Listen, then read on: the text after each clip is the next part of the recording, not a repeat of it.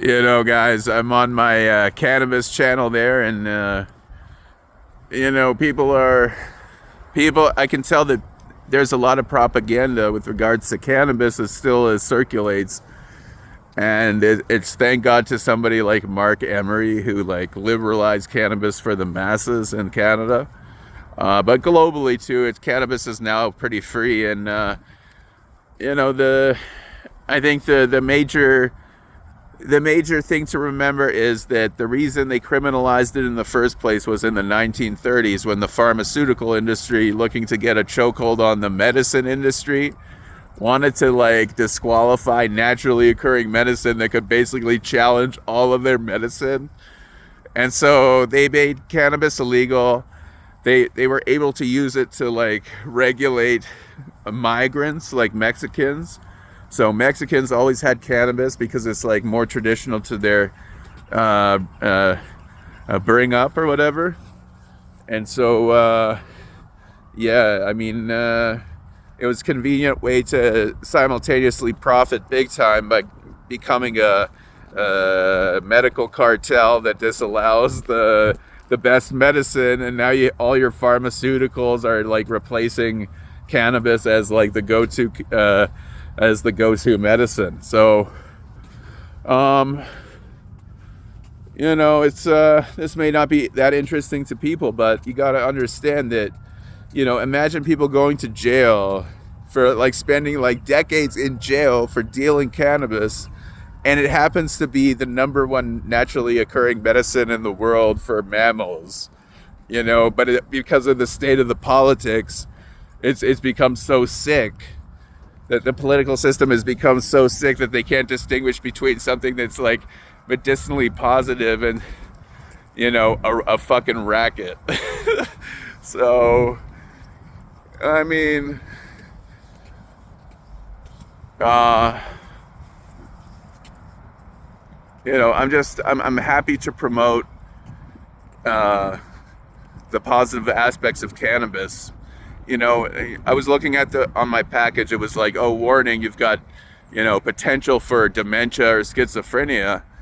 And I have to disagree with this diagnosis that these are vague diagnoses. First of all, these are vague diagnoses.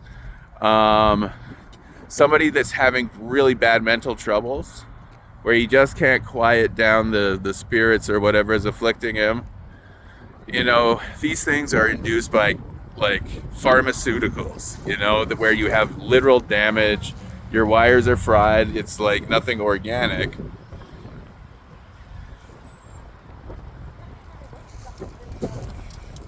Whereas something like cannabis, which is actually medicine, is going to make you have an experience, but because what it's doing is medicinal in nature, it's the chances of something emanating that wouldn't have emanated normally seems fairly low.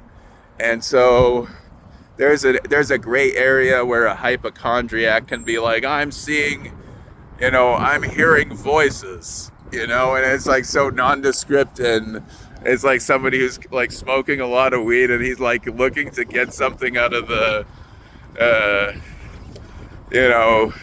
out of the medical system, that he's crazy. It's like, hey, yeah, I'm crazy. Now they give me $4,000 a month, kind of stuff. So I don't know.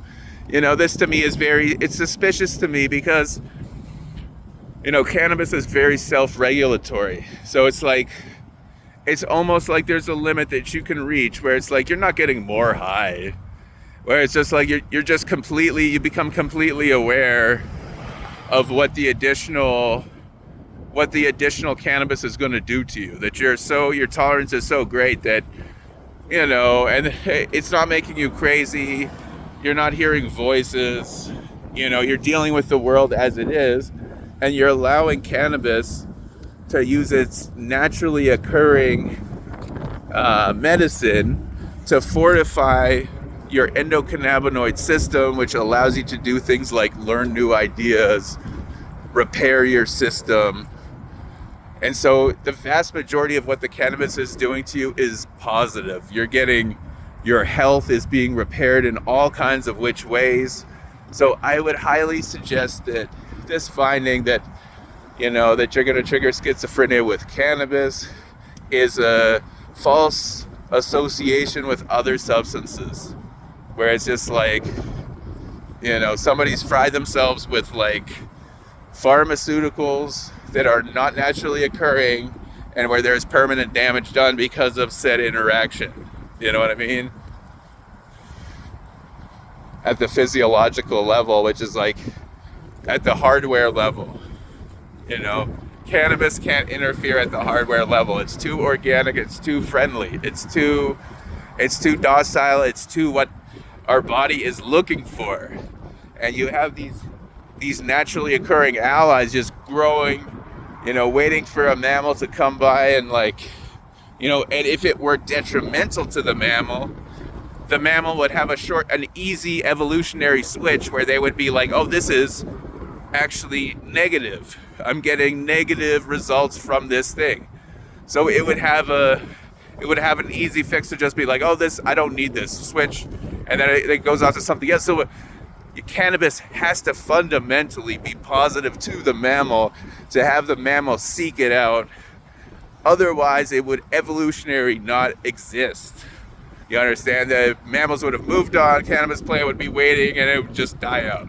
So it's like, cannabis is a winner. Cannabis is a champion. Cannabis is the number one medicine for all mammals.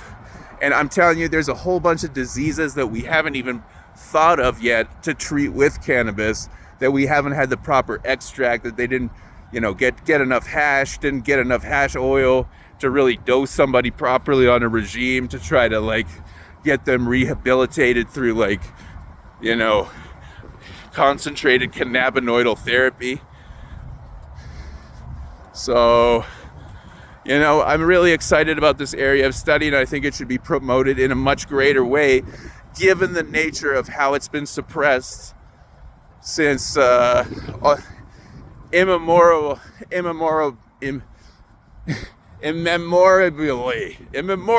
for my parents and their generations.